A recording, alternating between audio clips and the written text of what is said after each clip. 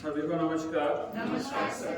आज की कहानी की हेडलाइन है सुनी सुनाई बातों पर सोच समझ कर भरोसा करना, क्योंकि कोई भी कहानी का वो भाग नहीं सुनाएगा जहाँ वो स्वयं गलत था। कहानी पुरानी है, एक राज्य की है।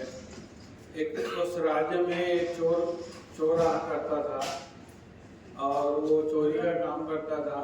वो अचानक बीमार हुआ तो अपने बेटे को बुलाया, बेटा तुम भी मेरे जो काम है चोरी का काम उसमें लग गए हो और मैं तो जाने वाला हूँ, मगर मैं 2 बात बता रहा हूँ, उनको ध्यान से सुनना।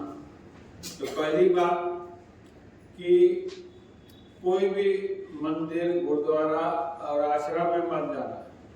अगर भूल से भी चले गए तो तुम्हारा काम बंद हो जाएगा। दूसरा, कभी भी अपने चोरी का स्वयं इल्जाम मत लेना कि मैंने चोरी की है, बकायदा डट जाना कि मैंने नहीं की है।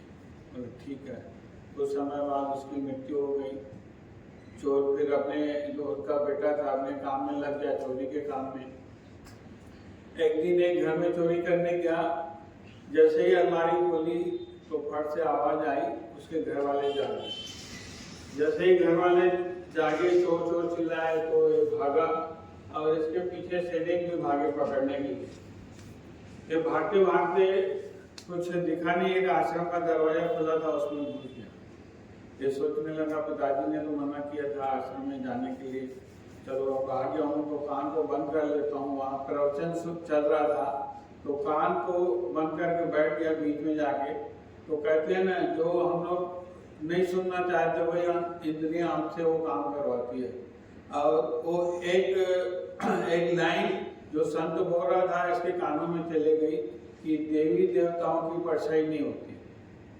इन्होंने सुन लिया और सैनिक भी पहुंच गए, इधर देखने लगे। ये उठ के भागने लगा और सैनिक ने पकड़ लिया इसको।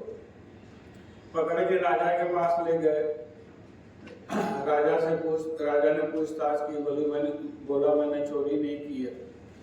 उस राजा का एक मतलब प्रधान था कि जब तक कोई भी अपना जुर्म कबूल न करे उसे सजा नहीं दी जा सकती। तो राजा ने मंत्री से कहा, भाई इससे पूछताछ करो, चोरी की है कि नहीं की है। तो काफी प्रयास किया गया मगर वो टस से मस नहीं हुआ। उन्होंने बोला मैंने चोरी नहीं की है। तो मंत्री को एक सुझाव दिमाग में आया, बोले पता करो कि ये कौन से भगवान को मानता है। तो सैनिकों ने पता लगाया, बोले देवी माँ को मानता है। तो उन्होंने एक खेल रचा, एक ठगनी को बुलाया, उसको माता का रूप दे दिया, देवी का रूप दे दिया। जैसे बिल्कुल पूरा साक्षात माता बन गई और 2 भुजाएं थी, 2 भुजाएं और लगा दी, एक हाथ में मशाल ले लिया। अब पूरा सिचुएशन पहले से बनाया गया जैसे ही वो कारागार में था और अचानक से दरवाजा खुलता है और उसकी नींद खुल जाती है। जैसे ही धीरे धीरे वो जो ठगनी थी देवी माँ का रूप लेके धीरे धीरे आगे बढ़ रही थी। अचानक वो चोर ने देखा, बोले माँ साक्षात प्रणाम किया, बोले आप मेरे को आज बचाने आए हैं। तो उस देवी ने कहा कि बेटा बताओ सच सच तुमने चोरी की कि नहीं की। एक कुछ बोलने ही वाला था कि मशाल की रोशनी में उस जो देवी बनी हुई थी ठगनी, उसकी परछाई दिख गई। तो उसका दिमाग क्लिक किया कि सत्संग में तो बोला था देवी देवता की परछाई नहीं होती, इसकी तो परछाई है, मेरे से कोई खेल खेला जा रहा है। तुरंत बोला नहीं माँ, मैंने चोरी नहीं की, अगर मैं चोरी किया होता तो पहले आपको पता पड़ता। बाहर 4 सैनिक खड़े हुए थे, जैसे ही ये अपना जुर्म कबूल करे और राजा के पास ले जाए, मगर इन्होंने तो मना कर दिया।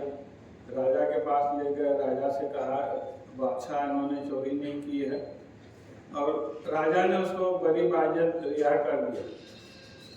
जैसे ही वो बाहर निकला राजमहल से, वो सोचने लगा कि मैंने सत्संग की एक लाइन सुनी कि देवी देवताओं की परछाई नहीं होती।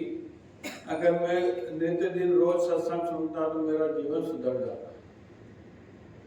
उस दिन से उन्होंने चोरी करने का काम बंद कर दिया, अच्छे काम करने लगा, अच्छी संगत में रहा, अच्छे लोगों से मिलते रहा और अच्छे कर्म होते गए।